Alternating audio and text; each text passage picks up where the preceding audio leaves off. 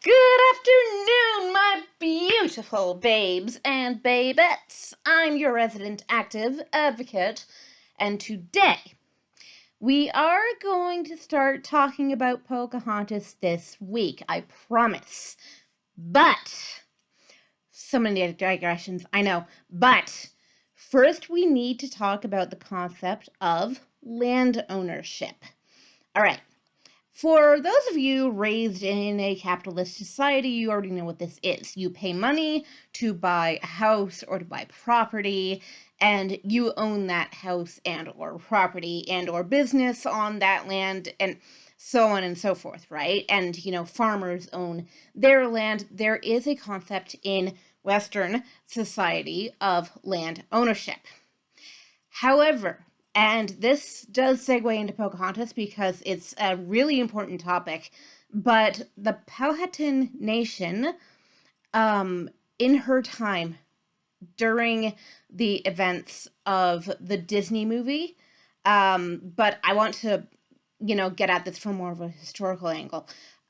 During the actual time period in which that story is set, and later than that as well, the Powhatan Nation did not and does not recognize the concept of land ownership.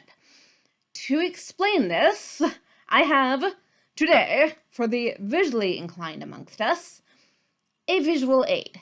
This is a Clementine, and it will be very helpful with my visual aid. For the not so visually inclined amongst us, I will be giving auditory description of what I am doing. So, okay, this little orb of deliciousness, which I love. This is called a Clementine, for anyone not familiar. They're basically smaller, sweeter oranges, okay? But, all right. The idea with a Clementine is that you're supposed to share it, theoretically. You don't have to, though. And here is where capitalism versus collectivism comes in, and also the idea of land ownership. So for the Powhatan Nation, let's say the land is the Clementine, okay? They would say, we lay no claim whatsoever to the Clementine, all right? We don't own it. We cannot give it away, therefore. The concept of land ownership for Western civilizations, however, is get as bloody much of the Clementine as you can, using your resources and your privilege, quite frankly. So if you are born into land ownership, all the better for you, because then you are not considered nouveau riche, which is still a concept, by the way. But a lot of people nowadays are promoting the concept of entrepreneurship, which is making your own way, making your own money, so that you don't necessarily have to be inheriting everything.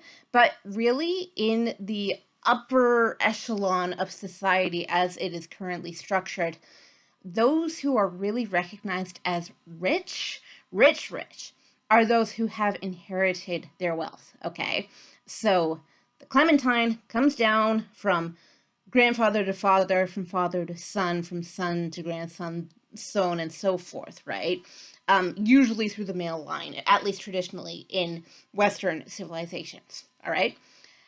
Nowadays, we are considered richer if we have more in the way of the Clementine. So, I'm going to break this into a couple pieces. Basically, the idea here is, as I say with capitalism, you want to own as much of the Clementine as you can. So, if you are in the upper classes, automatically through inheritance, you're going to have this much, which is more than half the Clementine, okay? Whereas if you are not born into inherited money, or if you are also for that reason not able to make your own money, you're going to end up with less of the Clementine. So this is less than half what I have here. All right. The idea behind collectivism and the idea of not owning land is that all of it as a whole belongs to everyone and no one at the same time. So no single person, no single family, no single class can have more than their fair share of the Clementine. What happened with the Powhatan Nation, though, is that because they did not believe in the concept of land ownership, they were quite frankly screwed over by treaties, by false treaties that took advantage of their lack of concept of land ownership and said, well, okay, if no one owns this land, then we, the European colonizers, now own this land. If no one's laid a claim to it before, we have the right to lay a claim, because that is how our system of land acknowledgement and land ownership works. The Powhatan Nation would not have necessarily been able to fight back against this system, even though there were several wars between the colonizers and the Powhatan Nation. Now, in modern times, however, the Powhatan Nation is split into 8 different nations, which are not, by the way, federally recognized in America. So we're talking between the states of Virginia and New Jersey. I don't know American geography very well, so I don't know how far away from one another those 2 states are. Let me know if you can. Thank you. But basically what's happened here is that because they did not have a concept of land ownership, they could not agree to give the land away. They could not sell it. Therefore, they did not get anything from the land being taken over by white people. And basically, what I'm saying with that is that that arrangement was resoundingly and knowingly unfair, okay?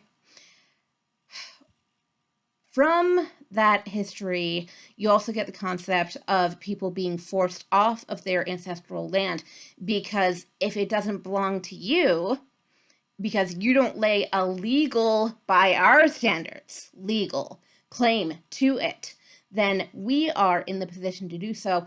And since we own this land and we know what land ownership is, you no longer have a claim to this land, or what we would recognize as a claim to this land. You need to get off. And basically what happened with the land in which Pocahontas herself was raised was that John Rolfe, her husband, and we're going to talk about that, started a very, very lucrative tobacco growing business on that ancestral land. Psst, tobacco is very sacred to a lot of indigenous cultures. So that right there is a slap in the face to not only the land, but the culture. And no es bueno. It's not good, okay? Rolfe was not a good person by the standard of anyone who would want to maintain what they would call a moral stance about this issue. Nor was John Smith a good person. By the way, I had my ages kind of wrong. I have been saying up to this point that Pocahontas, if she met John Smith at all, which is highly unlikely, was 12 or 13 years old when she met him. In reality, however, she was about 9 or 10 years old. So him writing in this whole, and this is actually historically accurate, he did write in his real diary, his real journal, about this sweeping romance between him, a 27 or 28-year-old man, and her, a 9 or 10-year-old girl. To be fair, okay, the age of what we would call the legal age for the Powhatan Nation at that time was 14, and you could get married at the age of 14, whether you were male or female, okay? So that was like your coming of age. You know, for a lot of people in Western societies, it's 18. Usually it's 18. But yeah, different societies, different limits, different ages, that sort of thing. But that is my segue into talking about Pocahontas herself, which we will talk about tomorrow. But I really wanted to outline the fact that there are bad treaties floating around out there that have always been floating around out there for as long as the whites have recognized the existence of the North American orange, or Clementine, rather. So now I'm going to get off camera and eat this because it's delicious and the entire thing belongs to me, says the dyed-in-the-wool socialist, by the way. So yeah, that's my analogy anyway. But there is a line in a book, if you haven't read The Secret Garden, at least you've probably heard of it, that, the mother figure of all these like 12 or 13 kids, I can't remember how many, but she says to one of them that the entire orange does not belong to you, and you have to realize that the entire orange does not belong to you. Unfortunately, that mindset apparently doesn't have to apply to colonialism or capitalism, which is, as I have said, cause and consequence of colonialism. So they have a symbiotic relationship, and it's not a good one. And you can see the colonialist mindset still in place in the parts of the world that America has tried to colonize, i.e. South and Central America, i.e. the Middle East. And that's going to get worse before it gets better. I'm willing to bet. All right, because America now has the largest military in the world. Back in Pocahontas' day, it was England and the British Empire. So definitely the tides have shifted, but it's still the same mindset that's ruling these institutions and that built these institutions in the first place.